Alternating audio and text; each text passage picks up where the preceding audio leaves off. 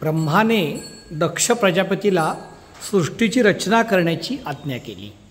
विविध प्राण्यांना निर्माण केलं दक्ष प्रजापतीने, सृष्टी निर्माण केली. त्याच्यामध्ये सर्वात बुद्धिमान त्यांनी जन्माला घेतला प्राणी तो म्हणजे मनुष्य प्राणी. त्याच्या लक्षात आलं लवकरच की हा दुबळा आहे, बुद्धिमान असला तरी, आणि अल्पायू आहे. त्याला प्रश्न पडला, ह्याला ताकद पाहिजे, बल पाहिजे, आयुष्य पाहिजे काहीतरी, म्हणून तो ब्रह्माकडे गेला. ब्रह्मासुद्धा खूप काम करून थकलेले होते, सोमरस पिऊन स्वस्थ बसलेले होते.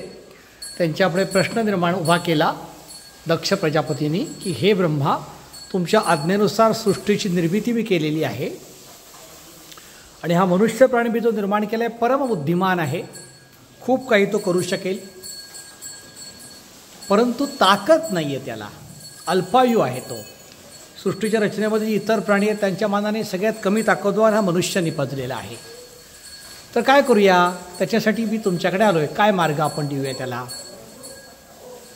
त्याच्यावर ब्रह्माने विचार केला आणि ब्रह्माने जणू ढेकर दिला आणि स्वतःच्या मुखातून त्याने एक प्राणी बाहेर आला त्याच्या, ती होती गोमाता.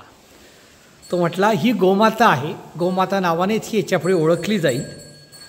आणि हे काय आहे विचारलं दक्ष प्रजापतीने ब्रह्माला.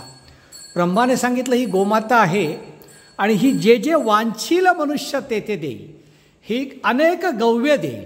हिचे गव्य वापरणारा मनुष्य बलवान होईल, वीर्यवान होईल, ताकदवान होईल, बुद्धिमान होईल, दीर्घायू होईल.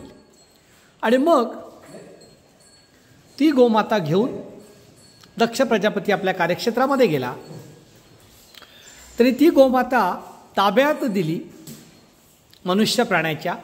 गोमातेची महती त्याला जी ब्रह्माने सांगितली होती त्यांनी लोकांना सांगितली, कशी काळजी घ्यायची गोमातेची. आणि मग गोमाता आपल्याला सहस्त्र लाख पटीने काय काय देईल, ते कसं वापरायचं, दूध, त्याच्यापासून तूप, पंचगव्य तूप, इतर पदार्थ, गोमय, गोमूत्र, त्यापासून तयार होणारी औषधं, असं विविध प्रकारे गोमातेची महती त्याने सांगितली मनुष्य प्राण्याला.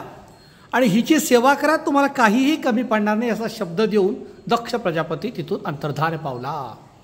तिथपासून गोमाता मनुष्य प्राण्याकडे आहे. मनुष्य प्राणी हजारो हजार वर्षांचा जो इतिहास आहे तो गोमातेचाच इतिहास आहे. गोमातेच्या गव्यानी पुष्ट झालेला मनुष्य, परमबुद्धिमान मनुष्य, हजारो वर्ष, कदाचित लाखो वर्ष पृथ्वी तलावर आहे. विविध औषधं गोमातांपासून तयार होतात, ती मनुष्य वापरतो.